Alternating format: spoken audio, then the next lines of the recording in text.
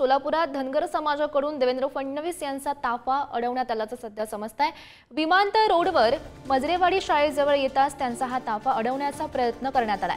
धनगर समाजाच्या आरक्षणाच्या मागणीसाठी खरं तर आंदोलन सुरू आहे। गाड्यांना आडवं जात भंडारा उधळत हा ताफा अडवण्याचा प्रयत्न करण्यात आलेला आहे आणि त्या संदर्भातली आपण ही दृश्य पाहू शकतो। सोलापूरमध्ये हा प्रकार घडलेला आहे। धनगर समाजाकडून देवेंद्र फडणवीस यांचा ताफा हा अडवण्याचा प्रयत्न करण्यात आल्याचं पाहायला मिळतंय। त्या संदर्भातली ही दृश्य आपण पाहू शकतो। पुढारी न्यूजवर एक्सक्लुझिव्ह अशी दृश्य आपण पाहू शकतोय। विमानतळ रोडवर मजरेवाडी शाळेजवळ येताच त्यांचा हा ताफा अडवण्याचा प्रयत्न करण्यात आलाय। या संदर्भात अधिकची माहिती जाणून घेऊयात। आमचे प्रतिनिधी अनिकेत गायकवाड सध्या आपल्यासोबत आहेत। अनिकेत, नेमकं काय घडलं? कारण धनगर समाजाकडून देवेंद्र फडणवीस यांचा ताफा अडवण्यात आल्याचं पाहायला मिळतंय।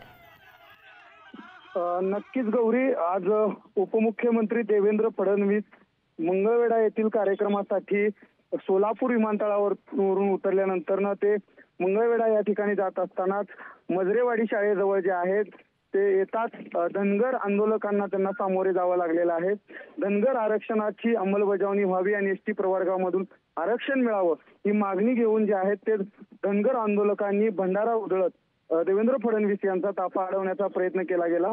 खरं तर हा जो प्रकार जो आहे तो सोलापुरातील विमानतळ रोड ते मजरेवाडी शाळेजवळ दरम्यान झालेला आहे आणि गाड्यांना अडवं जात असतानाच भंडारा देखील या ठिकाणी आंदोलकांकडून उधळण्यात आला आणि आपण जर पाहायला गेलं तर या आंदोलकांना आता पोलिसांनी जे आहे ते ताब्यात घेतलेलं आहे आणि हे जे आंदोलन जे आहे ते आता सोलापूरमध्ये झाल्यानंतर पोलिसांनी जे आहे ते आता खबरदारी घेतलेली आहे। गौरी, हो, नक्कीच अनिकेत, धन्यवाद दिलेल्या सविस्तर माहितीसाठी।